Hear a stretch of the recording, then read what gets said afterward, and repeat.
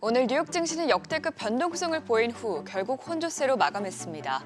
트럼프 대통령이 중국을 제외한 모든 국가에 90일간 관세 부과를 일시 중단할 수 있다는 오보가 전해지면서 시장은 하루에만 6% 이상 출렁였습니다.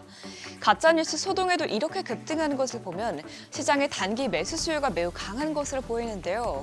다만 여전히 트럼프 대통령이 관세에 고집을 부리고 있는 만큼 당분간은 변동성 장세가 지속될 수 있다는 점은 유의해야겠습니다. 간밤 마감 상황 보면 다우지수와 S&P 500 지수는 각각 0.91%, 0.23% 떨어졌고요. 나스닥 지수는 투자자들의 일부 기술주들을 대상으로 저점 매수에 나서면서 0.1% 상승했습니다. 그동안 빅테크 기업들은 너무 빠졌던 만큼 상승에 나섰습니다. 엔비디아가 3%대, 또 아마존과 알파벳도 각각 2%대, 1%대 올랐습니다. 다만 애플은 웨드부시 증권 분석가 데는 아이브스가 애플이 트럼프 대통령의 무역 전쟁으로 특히 큰 위험에 직면해 있다고 진단하면서 목표 주가를 낮춰잡자 오늘도 3% 넘게 빠졌습니다.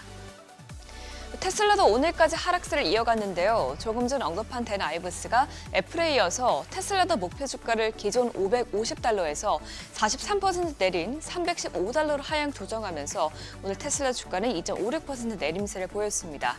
반면에 브로드컴은 오늘 엔비디아의 상승세에 힘입어서 5% 넘게 올랐고요. 메타도 2%대 상승세를 보였습니다. 오늘 전반적인 시장 흐름 확인해보면 오늘도 시장은 관세 공포에 따른 공포감에 휩싸이면서 극심한 혼란을 보였습니다. 장 초반 트럼프가 관세를 90일간 유예할 수 있다는 소식에 시장은 일제히 상승 반전했습니다. 폭스뉴스에서 트럼프 대통령이 90일간 관세를 일시 중단할 수 있느냐는 질문에 대해서 트럼프 대통령은 결정할 것이다 라고 답했는데요. 로이터 통신이 이를 관세 유예를 검토하고 있다는 소식으로 전하면서 시장은 단숨에 6%포인트 올랐습니다. 하지만 백악관이 이를 가짜뉴스로 선을 긋고 또 이후 트럼프 대통령이 관세 강행 의지를 또다시 드러내면서 결국 하락으로 마감했습니다. 미국은 중국에 또다시 관세 폭탄을 던지기도 했는데요.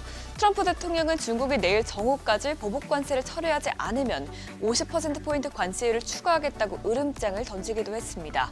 또 이외에도 트럼프 대통령은 중국 외의 나라들과는 협상에 나설 것이라고 하면서도 상호관세 유예를 검토하고 있지 않다고 하면서 예상대로 4월 9일부터 상호관세가 정상 발효될 가능성이 매우 커 보입니다. 이렇게 트럼프 대통령이 관세 초강경 자세를 이어가면서 월가에서는 경기 침체에 대한 우려가 커지고 있는데요. 골드만삭스는 향후 12개월 내에 미국이 경기 침체에 빠질 확률을 기존 35%에서 45%로 상향 조정했습니다. 불과 한 달 전에만 해도 20%에서 35%로 올린 데 이어서 또 한 번의 상향입니다.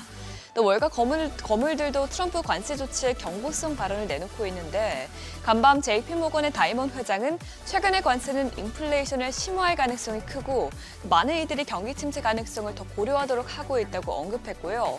블랙록의 레디핑크 CEO는 기업 대표들은 이미 미국이 현재 경기 침체 상태에 있을 가능성이 높다고 말할 것이라고 밝혔습니다. 유럽 증시도 결국 블랙 먼데이를 피해갈 수 없었습니다. 어제 아시아 증시가 역대급 하락세를 기록하면서 관세 폭풍에 대한 공포 도미노가 이어지는 분위기였는데요. 영국 푸시 지수와 독일 닥스 지수, 프랑스 까크 지수 모두 4% 넘게 주저앉았습니다. 국채 수익률은 급등했습니다. 트럼프가 상호관세를 90일간 유예한다는 오보에 국채금리도 상승세를 보이기 시작했는데요. 백악관에서 가짜뉴스라고 일축했음에도 불구하고 상승세는 이어졌습니다. 특히 단기물보다 장기물이 더 크게 오르는 이 베어 스티프닝 현상이 일어났는데 관세로 인해서 연준이 금리를 올해 여러 차례 내릴 것이라는 전망에 장단기물 격차가 크게 벌어진 것이라고 전문가들은 설명했습니다. 이런 가운데 국제유가는 끝을 모르고 하락하고 있습니다. WTI는 4년 만에 처음으로 장중 50달러대로 진입하기도 했는데 경기 침체 우려로 원유 수요 불확실성이 고조된 데다가 사우디아라비아에서 아시아 지역에 대한 원유 공식 판매 가격을 시장 전망치보다 낮춘 것도 유가에 하방 압력을 가했습니다.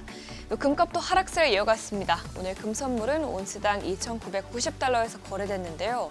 단기적으로 차익 실현 매도세가 이어진 데다가 달러도 최근 다시 상승세를 보이면서 금에 대한 수요가 일부 약해진 것으로 보입니다. 굿모닝 마켓이었습니다.